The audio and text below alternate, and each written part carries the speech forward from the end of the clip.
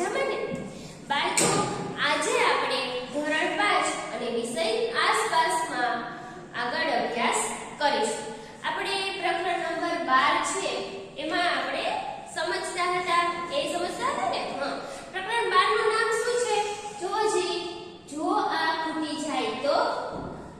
હવે યાદ છે ને આપણે શું શીખાતા? હા, એમાં આપણે શું જોયું હતું? પહેલા બસની મુસાફરી, પેટ્રોલ પંપ પર, પછી એ ચર્ચા છે આગળ વધારી હતી, અને પૃથ્વીનો ખજાનો, અને બીજું તમને કોષ્ટક પણ કીધું હતું કે તમારે વ્યવસ્થિત રીતે લખવાના છે. તો બાળકો, હવે અત્યારે આપણે પહેલાની વાત અને ચૂલા માટે લાકડા, અને જો મેં શું દોરેલું છે, હા આ લેખ, આપણે એની ચર્ચા કરીશું. જો બાળકો, અત્યારે તો આપણે ઘરમાં જ્યારે રસોઈ બનાવવાની હોય મમ્મી, તો તરત સરસ મજાના ગેસ સ્ટવ ઉપર બનાવી છે ને, નો કોઈ ધુમાડો ન ચાલુ કરવાની, એટલે કે સળગાવવાની કોઈ ઝંઝટ, આરામથી છે આપણે એનો ઉપયોગ કરીએ છીએ. કે આપણને એવું પણ નથી કે ચોમાસું હોય તો આપણે એમાં વ્યવસ્થિત આગ ના પેટાવી શકીએ, એવું કઈ જ આપણને તકલીફ થતી નથી. પણ આપણે પહેલાની વાત કરીએ તો ત્યારે શું એમાં મુસીબત આવતી, એમને કેટલું એને કામ કરવું પડતું હતું. શા માટે? કે ઈ આગ છે ઈ સળગાવી વ્યવસ્થિત શકે એના માટે શું કરતા હતા, એ ઈંધણ ક્યાંથી લઈ આવતા હતા, એના વિશે આપણે જોઈશું. જો એ પણ શેના માટે? ચૂલા માટે. હા, એટલે જ અહીંયા જો આપેલું છે પહેલાની વાત, અને એની અંદર ટોપિક છે ચૂલા માટે લાકડા. કેમ કે ગેસનો કે એનો યુઝ થતો નહીં, લાકડા વધારે પડતા ત્યારે યુઝમાં આવતા હતા. જો અહીંયા એક હરિયાણા ગામની એક વાત આપેલી છે નાનકડી, એની આપણે ચર્ચા કરીએ. જો દુર્ગા છે એક છોકરી છે જે હરિયાણાના એક ગામમાં રહેતી હતી. હવે એ છોકરી છે એ ક્યાં રહે છે? હરિયાણાના એક ગામમાં રહે છે, અને તેને દરરોજ છે ને શા માટે ક્યાંક જાતી હશે? હેડિંગ ઉપરથી તમને કઈ ખ્યાલ આવે છે? હા, લાકડા છે તો એના માટે જાતી હશે ને, પણ શું કરવા, શા માટે, એ આપણે જોઈએ.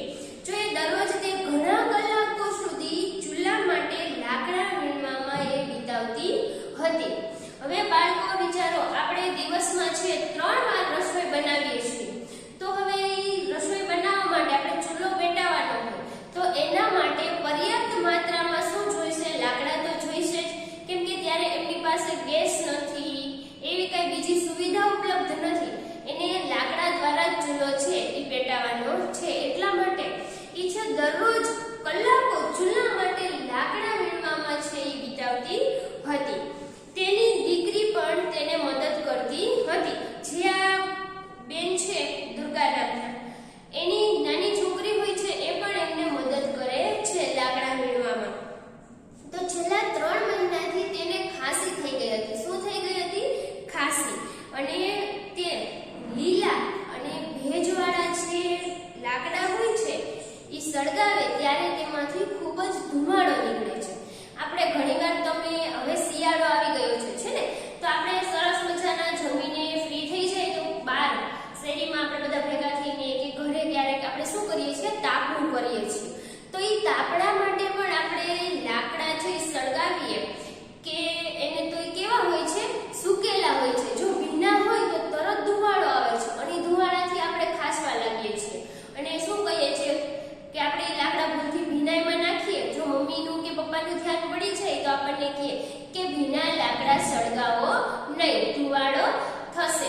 તો આપણે શું કરીએ છીએ? સૂકા લાકડા છે એને જ સળગાવીએ છીએ અને તાપણું કરીએ છીએ ને.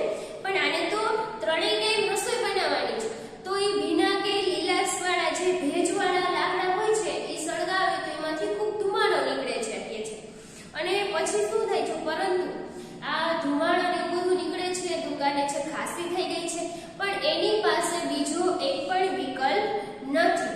જ્યાં એને ખોરાક ખરીદવા પૂરતા પૈસા ના હોય, તો ત્યારે એ લાકડા ખરીદવા પૈસા ક્યાંથી હોય?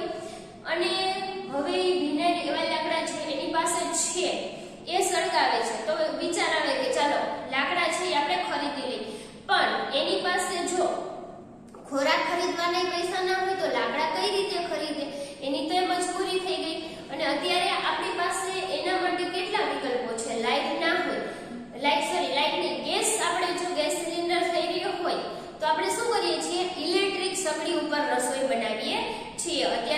બધા જ સાધનો આપણી પાસે અવેલેબલ છે કે ગેસ છે, પછી ઇલેક્ટ્રિક સગડી છે, ઘણી બધી એવી વસ્તુ કે જેની ઉપર આપણે રસોઈ બનાવીએ છીએ અને એની પાસે તો બીજો કોઈ વિકલ્પ હતો નહીં, તો એને તો આ જ કરવું પડે છે ને.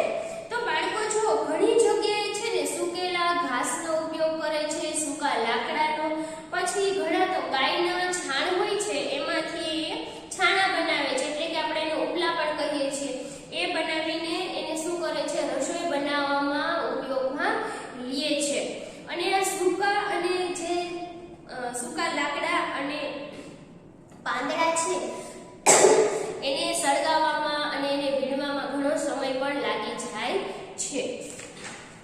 તો બાળકો એ લોકો ઘરમાં રસોઈ બનાવવા માટે ઘણી બધી મુશ્કેલી છે એનો સામનો કરે છે. ત્યારના સમયમાં કહે છે, જો પહેલાના સમયમાં એટલે કે પહેલાની વાત છે. અહીંયા થોડા ઘણા નાના નાના પ્રશ્નો આપેલા છે જેમના મેં ઉત્તર પણ આપી દીધા. હવે આપણે એક જોઈએ કે જો શું પ્રશ્ન છે કે તમારા ઘરમાં રસોઈ કેવી રીતે બને છે. હવે એ તો મને ખ્યાલ નથી, હા હું અંદાજો લગાવી શકું કે તમારા ઘરમાં ગેસ સ્ટવ ઉપર જમવાનું બનતું હશે, કદાચ કાં તો ઇલેક્ટ્રિક સગડી હશે તો એનો ઉપયોગ કરતા હશો, અને અત્યારે તો ઓવન પણ છે તો ઓવનનો પણ ઉપયોગ કરી શકતા હોય છો. તો આમાં જો ઘણું બધું આપેલું છે કે એ તમારે જાતે ગોતવાનું છે, એટલે ગોતવાનું નથી, તમારે જાતે જ એના આન્સર આપવાના છે, કેમ કે આપણા ઘરની આપણાથી વધારે કોઈને ખબર હોય નહીં. જો હવે આમાં શું કહે છે, પહેલા આપણા દેશમાં આશરે 2/3 લોકો છાણા, લાકડા અને સૂકા ડાળખા વગેરેના ઉપયોગ કરતા હતા. કે પહેલા તો ઘણા બધા લોકો હતા જે કહે છે એ છે છાણા, લાકડા અને સૂકા ડાળખા એટલે કે સૂકી ડાળીઓ હોય છે એના દ્વારા છે આજે રસોઈ બનાવવામાં એનો ઉપયોગ કરતા હોય છે કે છે. આ બધું ફક્ત રસોઈ બનાવવા નહીં પરંતુ ગરમી મેળવવા માટે, પાણી ગરમ કરવા અને પ્રકાશ મેળવવા માટે વપરાતું હતું. બાળકો જો અત્યારે આપણે શિયાળાની ઋતુ છે તો ગરમ પાણી કરવા માટે હીટર છે, ગીઝર છે, સોલાર છે, એનો આપણે શું કરીએ છીએ, ઉપયોગ કરીએ છીએ પાણી ગરમ કરવા માટે. પણ ત્યારે આ બધી જ સુવિધાઓ હતી નહીં, તો કે છે કે આનો ઉપયોગ પાણી ગરમ કરવા માટે પણ થતો હતો. કઈ રીતે, તો કે ચૂલામાં એ લાકડા, ડાળખા છે, પાંદડા છે એ બધું સળગાવે અને ઉપર છે કા માટલું કા કોઈ એવું વાસણ છે એ રાખીને એમાં પાણી ભરીને પાણી છે એ ગરમ કરે છે અને પછી એને વાપરતા હોય છે. હવે અહીંયા જો શું કીધું છે, પ્રકાશ મેળવવા માટે. તમને ખ્યાલ હોય કે ના હોય કે અત્યારે આપણી પાસે લાઈટ છે 24 કલાક હોય છે, થોડી વાર લાઈટ હોય છે તો આપણે એમ કહીએ અરે લાઈટ કેમ વહી ગઈ, કેમ વહી ગઈ, પણ ત્યારે તો લાઈટ હતી જ નહીં. તો દિવસના તો સૂર્યપ્રકાશથી આપણા ઘરમાં છે બધે અંજવાળું પડે છે. તો હવે રાત્રે શું કરવું, તો ત્યારના સમયમાં લોકો પ્રકાશ મેળવવા માટે તમે બધાએ મસાલો જોઈ હશે, જોઈ છે ને, એવી મસાલો સળગાવીને ઘરમાં બધે જ ફળિયામાં કે ક્યાંય રસ્તા પર જવું હોય તો એ મસાલ લઈને જતા હોય છે કે જેનાથી એમને પ્રકાશ મળે. અને ક્યારેક આપણે તાપનું કરીએ તો કેવા ભડકા કર્યા હોય છે, એવા નાના નાના ફળિયામાં કેવી રીતે એ લોકો ભડકા એટલે કે મસાલા લાકડા છે એ સળગાવીને રાખે છે જેથી કરીને એમને પ્રકાશ મળે. અત્યારે તો આપણી પાસે શું છે, લાઈટ છે, એટલે કોઈ પણ જગ્યાએ બહાર જઈએ રસ્તા ઉપર તો ત્યાં સ્ટ્રીટ લાઈટો હોય છે, ઘરમાં જઈએ તો આપણી ઘરની લાઈટ તો હોય જ છે, રૂમમાં ગમે ત્યાં જવું હોય તો ટ્યુબલાઇટ છે એ હોય છે કે જેને આપણે એક સ્વિચ ઓન કરીએ તો તરત જ આપણા ઘરમાં શું થઈ જાય છે, પ્રકાશ જ પ્રકાશ. પણ ત્યારે એવું હતું નહીં, એટલે લાકડાનો ઉપયોગ કરતા હતા એ બધા લોકો. અને બીજું કે આપણે લાકડાનો એનો ઉપયોગ થયો અને ઘરમાં બીજા કામો માટે અન્ય વસ્તુઓ જેવી કે કેરોસીન, એલપીજી, કોલસો અને વીજળી વગેરે વપરાય છે. તો હવે જો કોલસો બાળકો જોયો છે ને, કોલસા તો બધાએ જોયા છે. પહેલા છે ને આપણે જે ટ્રેન છે ને એ પણ કોલસા દ્વારા ચાલતી હતી. ખ્યાલ છે તમને બધાને? હા, થોડો થોડો તો ખ્યાલ છે નહીં છે ને. તો આ બધી વસ્તુઓ પણ એ કે છે કે વપરાય છે. હવે બાળકો જો અહીંયા શું આપેલું છે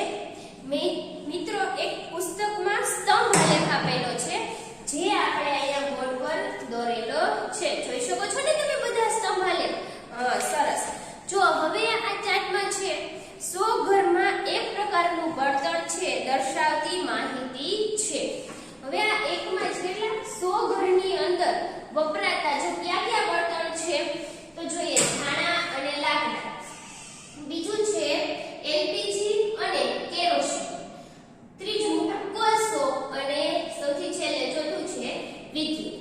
એના વિશે પણ કેટલા ઘરમાં 100 ઘરની અંદર વપરાતા આ 4 બળતણ છે. આ બળતણનો એટલે કે આ ગ્રાફ તમને દોરેલો જે બતાવ્યો છે એ કેટલા બળતણનો વપરાશ થાય છે અને ક્યાં ઓછો થાય છે ક્યાં વધારે થાય છે એ પણ બતાવ્યું છે.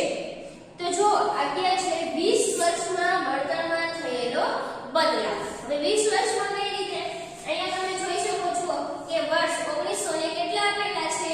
ચાલો આમ તો ભૂલાઈ નથી ગયા ને, 75 છે કે 76? હા 1976 છે. અને બીજો ગ્રાફ આપેલો છે એ કયો છે જો વર્ષ 1996. હવે આ બંને આપણે જે સ્તંભ આલેખ છે એના ઉપરથી માહિતી મેળવવાની છે. હવે કઈ રીતે જો આપણે શીખીએ. બંને આ સ્તંભ છે એટલે કે આ જે શું આપેલું છે હા સ્તંભ આલેખ, એમાં જો 100 માંથી ઉપયોગમાં લેતા ઘર અને આ પણ એવું છે કે 100 માંથી ઉપયોગમાં લેતા ઘર. એટલે અહીંયા જો 100 ઘરનો ચાર્ટ આપણે આપેલો છે જો 10 20 30 40 50 60 70 80 90 અને 100 બંનેમાં સેમ આપણે 10 થી 100 સુધીના ઘર છે એને આપણે લઈ લીધા છે. અને પહેલામાં આપણે જોઈએ વર્ષ 1996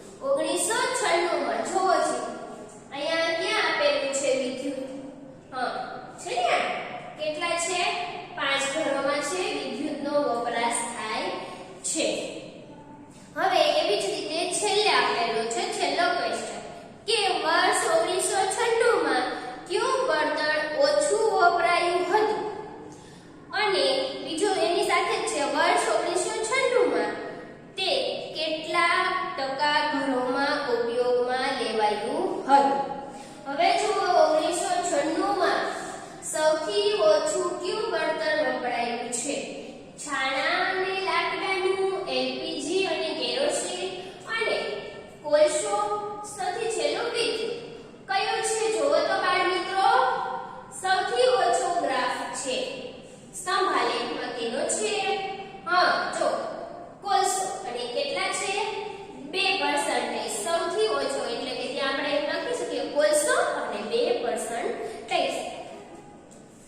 બાળકો મિત્રો આશા છે કે આ સ્તંભ આલેખ તમને વ્યવસ્થિત સમજાઈ ગયો હશે. પણ આપણે એક જોઈએ તો બંને આલેખમાં સૌથી વધારે તો છાણા અને લાકડાનો જ ઉપયોગ થયેલો છે ને બાળ મિત્રો? જો હા એના પર્સન્ટેજ અલગ થઈ ગયા છે પણ બંને આલેખમાં એમ કદાચ તમને એક નવો ક્વેશ્ચન એડ કરી કે બંને આલેખમાંથી કે સૌથી વધારે કયા બળતણનો બંને આલેખમાં ઉપયોગ થયો છે બતાવેલું છે દર્શાવેલું છે. તો બંનેમાં જો પહેલામાં પણ એમ જ છે છાણા અને લાકડાનો, પછી બીજામાં જોઈએ તો એમાં પણ એવી જ રીતે છાણા અને લાકડાનો છે ને. અને બાળ મિત્રો અત્યારે કહી શકો તમે હવે તમને એમ કીધું હોય કે 2020 માં તમે આનો ગ્રાફ દોરો કે આ બળતણનો ગ્રાફ દોરો, છાણા અને લાકડા, એલપીજી અને કેરોસીન, કોલસો અને વિદ્યુત. તો ખાલી અંદાજો લગાવો છે કે આ ચાર બળતણ અહીંયા જે 5 બળતણ આપેલા છે આમ જોઈએ તો 6 થાય ને, છાણા લાકડા આપણે અલગ કરીએ તો, એલપીજી અને કેરોસીન છે અલગ કરીએ તો થાય ને. તો આ બળતણમાંથી કયો ગ્રાફ છે સૌથી ઉપર જશે, સૌથી વધુ જશે? કહી શકશો મને તમે? 2020 માં જો કીધું હોય તો અંદાજો લગાવો છે. આપણે એવું નથી જરૂરી કે મારો આન્સર સાચો જ પડવો જોઈએ. ક્યારેક એવું થાય કે ખોટો થઈ જાય. જો તો લાકડા અને છાણા આવશે આ બંનેમાં તો એ જ આવેલો છે નહીં આવે ને? હા સરસ. કેમ કે અત્યારે તમે એને જોઈ પણ નહીં હોય કે જાજી જગ્યાએ યુઝમાં ન જોઈએ. અત્યારે કદાચ આપણે દોરીએ તો કયો વધી જાય સૌથી વધારે? હા આ વિદ્યુત વધી જાય ને, વધી જ જાય. કયો? હા વિદ્યુત વધી જાય મેડમ. કેમ કે આપણે બધું જ છે વીજળી દ્વારા કરતા થઈ ગયા છે બધું કામ પણ છે ને. હા તો બાળકો જો હવે પછી એમાં શું આપેલું હતું કે વડીલો પાસેથી જાણકારી મેળવો. હવે આ જાણકારી તમારે મેળવવાની છે તમારી નોલેજ માટે. જો શું કહે છે કે જ્યારે તેઓ નાના હતા તે સમયે રસોઈ બનાવવામાં ઘરમાં શું ઉપયોગમાં લેવાતું હતું? તો એ નાના હશે તો હું તમને કહું છું પણ તમારે તમારા ઘરના વડીલો છે એમની પાસેથી આ જાણકારી છે એ મેળવવાની છે. જો કદાચ શેના દ્વારા બનાવતા હશે? હા ચૂલા દ્વારા બનાવતા હશે કા કેરોસીનનો ઉપયોગ કરીને પ્રાઇમસ આવતા બાળકો જોયા છે ને બધાએ? હા એના ઉપર બનાવતા હોય કા બીજું કોઈ યુઝ છે એ લેતા હોય છે. જો અને બીજો શું ક્વેશ્ચન છે કે તમારા વિસ્તારમાં છેલ્લા 10 વર્ષમાં રસોઈ માટે કયા બળતણનો ઉપયોગ વધ્યો છે અને કયા બળતણનો ઉપયોગ ઘટ્યો છે એ તમારે જાણવાનું છે. તો એમાં બધું તો હશે એલપીજી ગેસ છે ને આપણા ઘરે બધાની છે ને. હા એનો ઉપયોગ વધેલો હશે અને ઘટેલો છે ને ભાઈ આપણે લાકડાનો, કેમ કે એનો યુઝ બહુ કોઈ કરતું નથી અત્યારે. હા શિયાળો છે તો કદાચ અત્યારે હવે તમને બધાને લાકડાનો અને છાણાનો ઉપયોગ દેખાશે પણ શાના માટે? આ સરસ મજાના શેકવા માટે છે ને, આપણે તાપ કરવા માટે એનો ઉપયોગ અત્યારે કરીએ છીએ પણ શિયાળામાં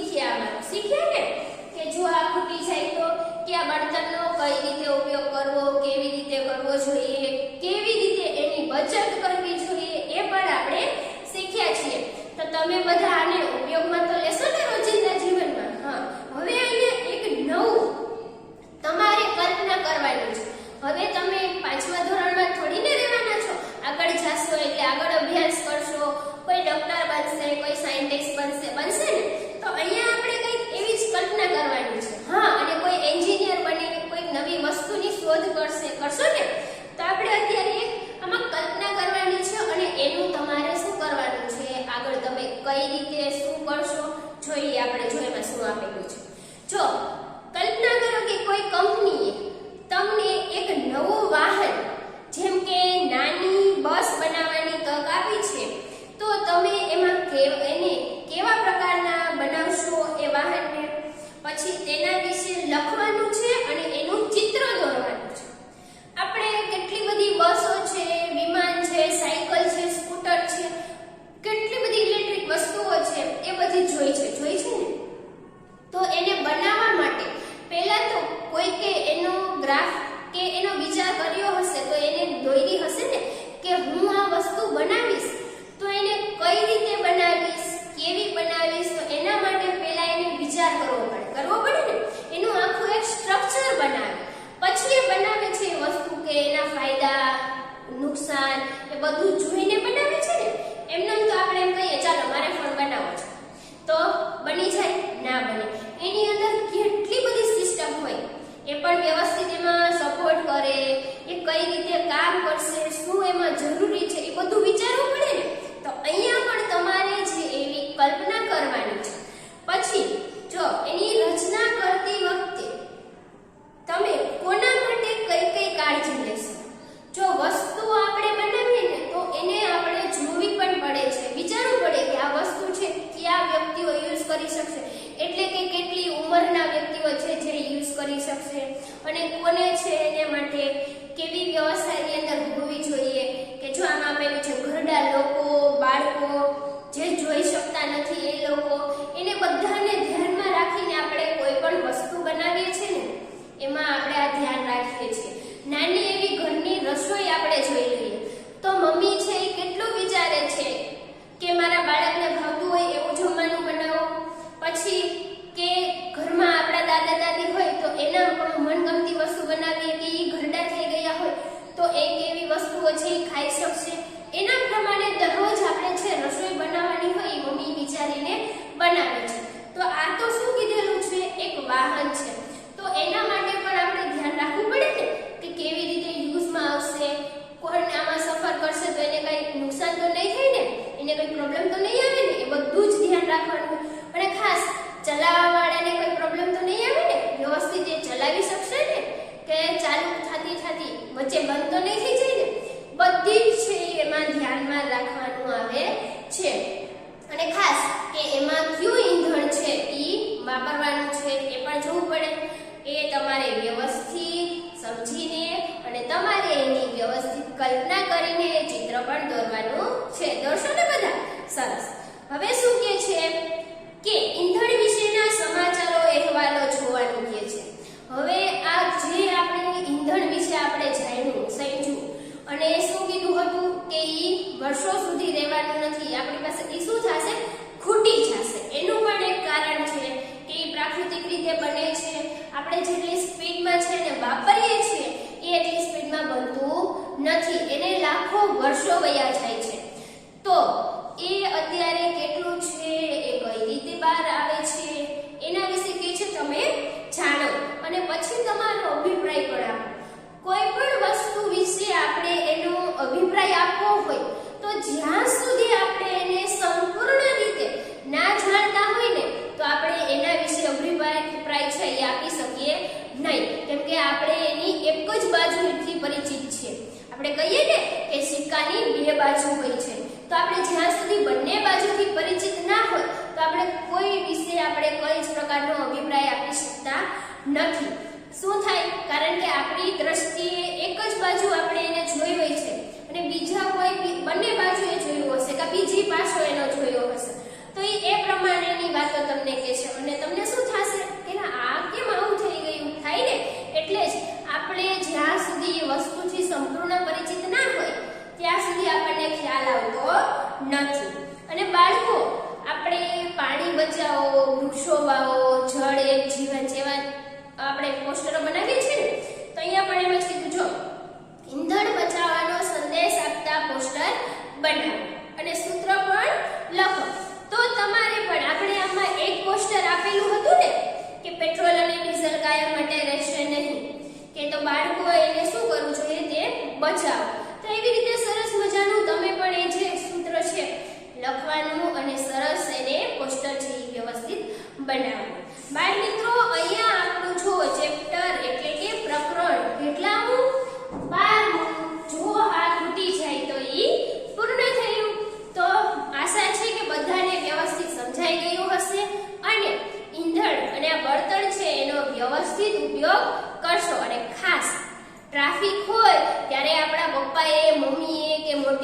હોય કે મોટો ભાઈ હોય, જો ગાડી ચાલુ રાખી હોય ને તો આપણે જરાક એમ કહી દેવાનું કે ભાઈ બહેન કે જે હોય તે કે ટ્રાફિક છે તો ગાડીનું એન્જિન શું કરી દો, બંધ કરી દો, નહીં